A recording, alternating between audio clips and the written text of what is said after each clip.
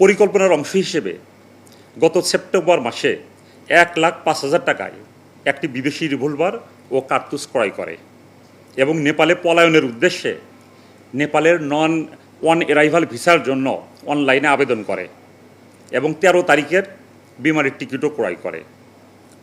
পরিকল্পনা অনুযায়ী গত 11 ডিসেম্বর সকাল 9:30 ঘটিকায় নয়ন তার স্ত্রীর ভাই পলাশের সঙ্গে পোস্তগোলায় দেখা করে এবং হত্যার চূড়ান্ত ছক তৈরি করে।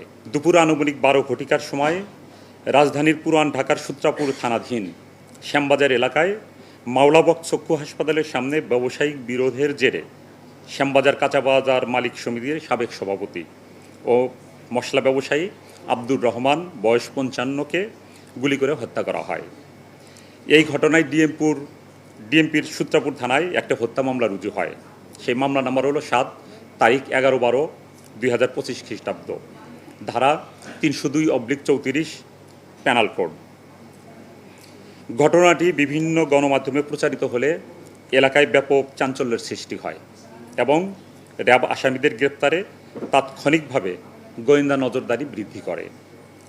পরবর্তীতে গত 11 ডিসেম্বর 2025 তারিখ রাত আনুমানিক 22:05 ঘটিকার সময় র্যাব 10-এর একটি চৌকস আভিযানিক দল এবং র্যাব 4-এর সহযোগিতায় আধুনিক প্রযুক্তির ব্যবহারের মাধ্যমে ডিএমপির দারুস সালাম থানাধীন কল্যাণপুর বাস স্ট্যান্ড এলাকায় বিশেষ অভিযান পরিচালনা করা হয়।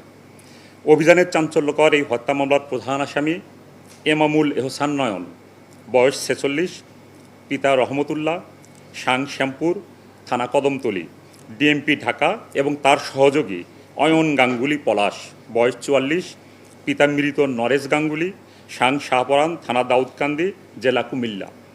এই দুজনকে ঘটনার 12 ঘন্টার মধ্যে গ্রেপ্তার করা হয়।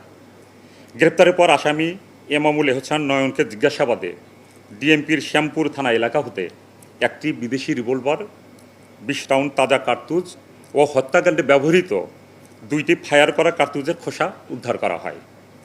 জব্দকৃত আলামত সহ গ্রেপ্তারকৃতদের সংশ্লিষ্ট থানায় হস্তান্তর কার্যক্রম প্রক্রিয়াধীন।